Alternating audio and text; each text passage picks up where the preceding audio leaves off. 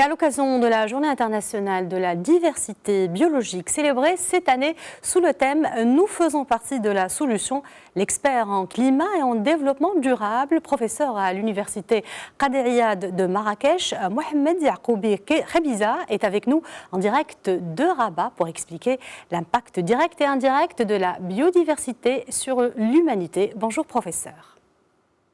Bonjour madame et merci pour l'invitation. Alors, professeur, vous êtes à Rabat pour participer aux travaux du symposium L'économie verte au Maroc, la stratégie de lutte contre le changement climatique et le New Green Deal européen. Quelle lecture faites-vous de la stratégie marocaine de lutte contre le changement climatique? Merci.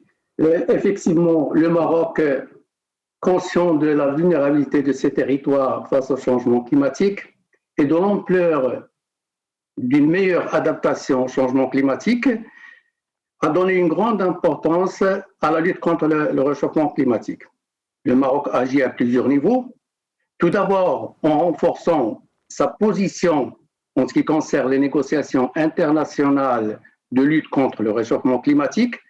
Et à titre d'exemple, le Maroc a organisé 2 COP, la COP 7 et la dernière COP de Marrakech. Le Maroc fait aussi un effort pour intégrer la dimension climatique dans ses projets de développement. Il y a plusieurs choses qui se font en termes d'adaptation et en termes d'atténuation des émissions des gaz à effet de serre. Il a en même temps intégré la dimension climatique dans ses plans et ses stratégies territoriales, que ce soit au niveau des communes, que ce soit au niveau de la région, et ainsi de suite. Et en plus de ça, conscient de l'impact de la vulnérabilité des changements climatiques sur les secteurs qui sont des secteurs vitaux pour le Maroc. Je donne par exemple le cas de la biodiversité, je donne le cas de la forêt, je donne le cas de la santé humaine, du littoral. Le Maroc engage un processus de sensibilisation et de renforcement des capacités à tous les niveaux, en allant des ONG, en passant par les universités et en allant au secteur privé. Et je peux vous dire que je suis aussi à Rabat pour participer à une campagne de renforcement des capacités, que le centre 4C, c'est un centre qui est établi par le ministère de l'Environnement en collaboration avec le programme des Nations Unies sur le développement, qui vise à renforcer non seulement les capacités des intervenants marocains, mais il agit aussi au niveau de l'Afrique. Il y a plusieurs opérations qui visent à sensibiliser, à renforcer les capacités des intervenants dans tous les secteurs d'activité du Maroc. Professeur Yacoubi Khebiza, donc le Maroc, il célèbre la Journée internationale de la diversité biologique. Comment la biodiversité impacte-t-elle notre vie et notre nature? J'ajoute aussi qu'en ce qui concerne les engagements du Maroc, donc il a soumis sa 6e communication sur la biodiversité. Bientôt, il va soumettre son 5e rapport sur les changements climatiques. Maintenant, si je prends seulement le volet des changements climatiques et la biodiversité présente une grande importance pour le Maroc, que ce soit au niveau économique, que ce soit au niveau social et que ce soit au niveau environnemental. La biodiversité est à la base de notre existence. La biodiversité constitue par exemple notre bien-être. Lorsqu'on se balade dans une forêt, c'est un bien-être. Lorsqu'on pratique la pêche, c'est un bien-être. C'est la source de notre alimentation. Donc tout ce qu'on pompe de l'environnement, ça constitue la biodiversité. C'est à la base de notre santé.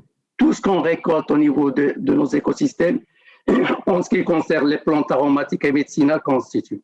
La biodiversité aussi joue un rôle dans le maintien du climat, la régulation du climat, dans la dépollution des écosystèmes.